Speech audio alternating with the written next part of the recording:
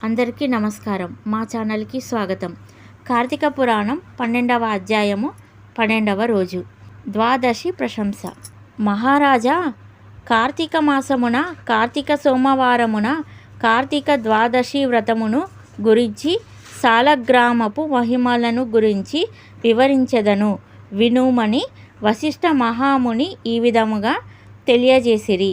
కార్తీక సోమవారము నాడు ఉదయమునే లేచి కాలకృత్యములు తీర్చుకొని నదికి వెళ్ళి స్నానము చేసి ఆచమనము చేయవలయును.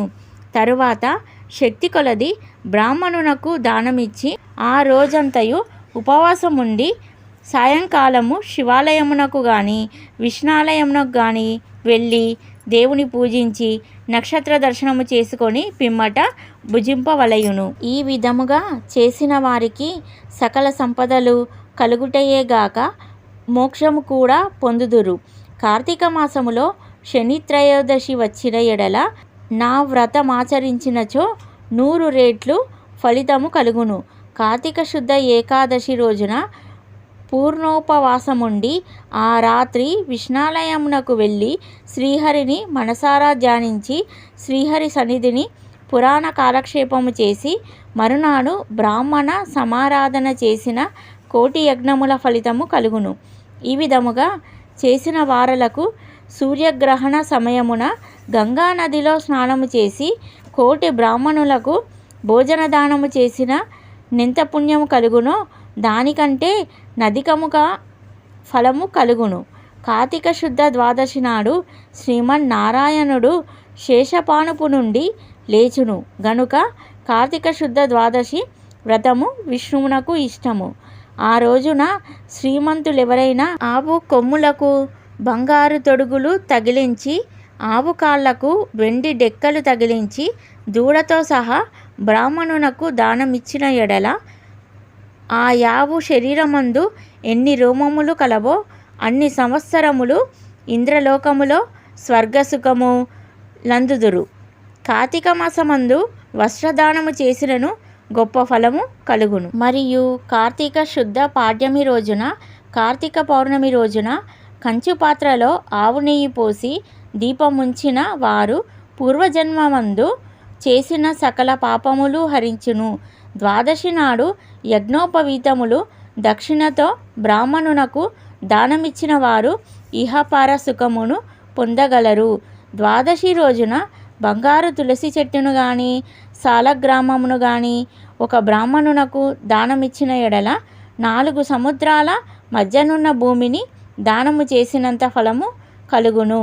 దీనికి ఉదాహరణముగా ఒక కథ గలదు, శ్రద్ధగా ఆలకింపుము. సాలగ్రామ దాన మహిమ. పూర్వము అఖండ గోదావరి నది తీరమందలి ఒకానొక పల్లెయందు ఒక వైశ్యుడు నివసించుచుండెను. వాడు మిగుల దురాశాపరుడై నిత్యము ధనమును కూడబెట్టుచు తాననుభవించక ఇతరులకు పెట్టక బీదలకు దాన ధర్మములు చేయక ఎల్లప్పుడూ పరనిందలతో తానే గొప్ప శ్రీమంతుడుగా విర్రవీగుచు ఏ జీవికి కూడా ఉపకారమైనను చేయక పరుల ద్రవ్యము నెటుల అపహరింతున యను తలంపుతో కుత్సిత బుద్ధి కలిగి కాలము గడుపుచుండెను. అతడొకనాడు తన గ్రామమునకు సమీపముననున్న పల్లెలో నివసించుచున్న ఒక బ్రాహ్మణునకు తన వద్దనున్న ధనమును పెద్ద వడ్డీకి అప్పు ఇచ్చెను. మరికొంత కాలమునకు తన సొమ్ము తనకిమ్మని అడుగగా ఆ విప్రుడు, అయ్యా, తమకియ్యవలసిన ధనము 1 నెల రోజుల గడువులో ఇవ్వగలను. మీ రుణముంచుకోను. ఈ జన్మలో తీర్చని ఎడల మరుజన్మమున మీ ఇంట ఏ జంతువుగానో పుట్టి అయినా మీ రుణము తీర్చుకోగలను అని సవినయముగా వేడుకొనెను. ఆ మాటలకు కోమటి మండిపడి, అట్లు వీలు లేదు, నా సొమ్ము నాకిప్పుడే ఇయ్యవలయును, లేని ఎడల నీ కంఠమును నరికి వేయుదును అని ఆవేశం కొలది వెనుక ముందు ఆలోచించక తన మొలనున్న కత్తితో ఆ బ్రాహ్మణుని కుత్తుకను కోసెను. వెంటనే ఆ బ్రాహ్మణుడు గిలగిల తన్నుకొని చనిపోయెను. ఆ కోమటి భయపడి అక్కడినే ఉన్నచో రాజభటులు వచ్చి పట్టుకొందురని జడిసి తన గ్రామమునకు పారిపోయెను.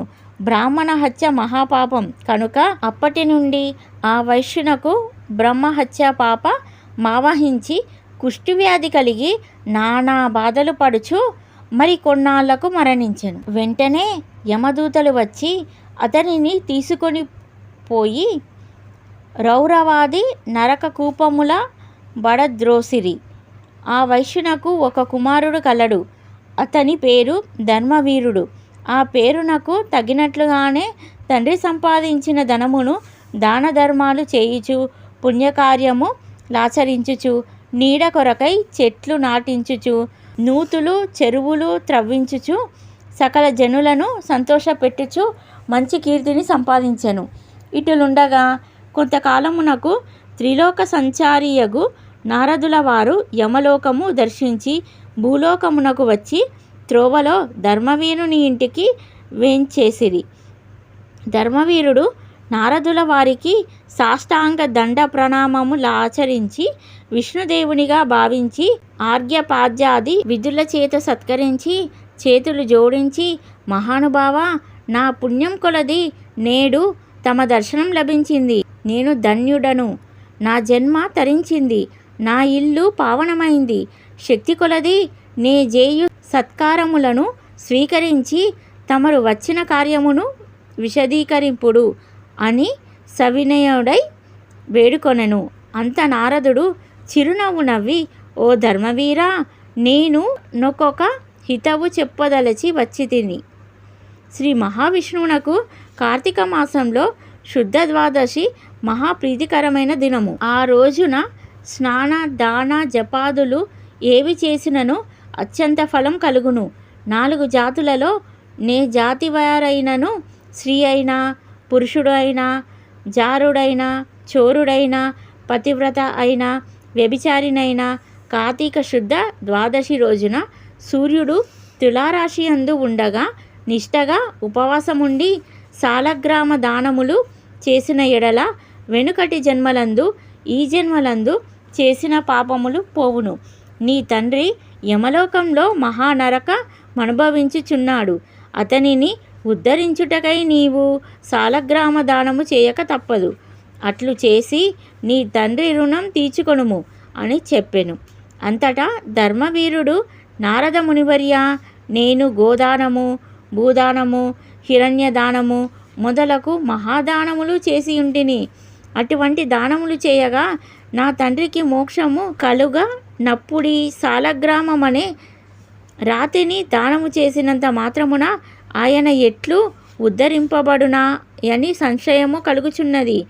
దీనివలన ఆకలిగొన్న వాని ఆకలి తీరునా, దాహం గొన్న వానికి దాహం తీరునా కాక ఎందులకి దానము చేయవలయును. నేని సాలగ్రామ దానము మాత్రము చేయజాలనని నిష్కర్షగా పలికెను. ధర్మవీరుని అవివేకమునకు విచారించి, వైశ్యుడా, సాలగ్రామమును శిలామాత్రముగా ఆలోచించి తినివి. అది శిల కాదు, శ్రీహరి యొక్క రూపము. అన్ని దానముల కంటే సాలగ్రామ దానము చేసినచో కలుగు ఫలమే గొప్పది. నీ తండ్రిని నరకబాధ నుండి విముక్తి గావింప నెంచితివేని ఈ దానము తప్ప మరొక మార్గము లేదు అని చెప్పి నారదుడు వెడలిపోయెను. ధర్మవీరుడు ధనబలము కలవాడై యుండియు దాన సామర్థ్యము కలిగియుండియు కూడా సాలగ్రామ దానము చేయలేదు. కొంతకాలమునకు అతడు చనిపోయెను. నారదుడు చెప్పిన హితబోధను పెడచెవిని పెట్టుట చేత మరణాంతర 7 జన్మలయందు పులి అయి పుట్టి, మరి 3 జన్మలయందు వానరమై పుట్టి, 5 జన్మలు ఎద్దుగా పుట్టి, 10 జన్మలు మానవ స్త్రీగా పుట్టి, 10 జన్మలు పందిగా జన్మించి ఉండెను.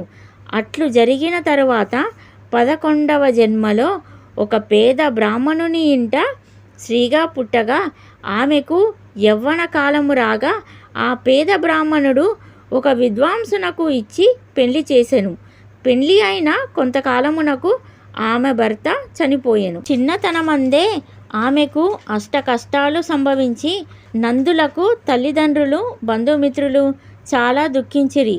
తండ్రి ఆమెకు ఈ విపత్తు ఎందువలన కలిగే నాయని దివ్యదృష్టితో గ్రహించి వెంటనే ఆమె చేత సాలగ్రామ దానము చేయించి నాకు బాల వైవిధ్యమునకు కారణమైన పూర్వజన్మ పాపము నశించుగాక అని చెప్పించి సాలగ్రామ దాన ఫలము ధార పోయించెను. ఆ రోజు కార్తీక సోమవారం మగుట వలన ఆ సాలగ్రామ దాన ఫలముతో ఆమె భర్త జీవించెను. పిదప ఆ నూతన దంపతులు చిరకాలము సకల సౌభాగ్యములతో జీవించి జన్మాంతరమున స్వర్గమున కరిగిరి. మరికొంత కాలమునకు ఆ బ్రాహ్మణ పుత్రిక మరొక బ్రాహ్మణుని ఇంట కుమారుడుగా పుట్టి నిత్యము సాలగ్రామ దానము చేయుచు ముక్తి నొందెను. కావున ఓ జనక, కార్తీక శుద్ధ ద్వాదశి రోజున సాలగ్రామ దానము చేసిన దాన ఫలము ఇంతింత కాదు, ఎంతో ఘనమైనది. కావున నీవును ఆ సాలగ్రామ దానమును చేయును. 12వ అధ్యాయము సమాప్తం.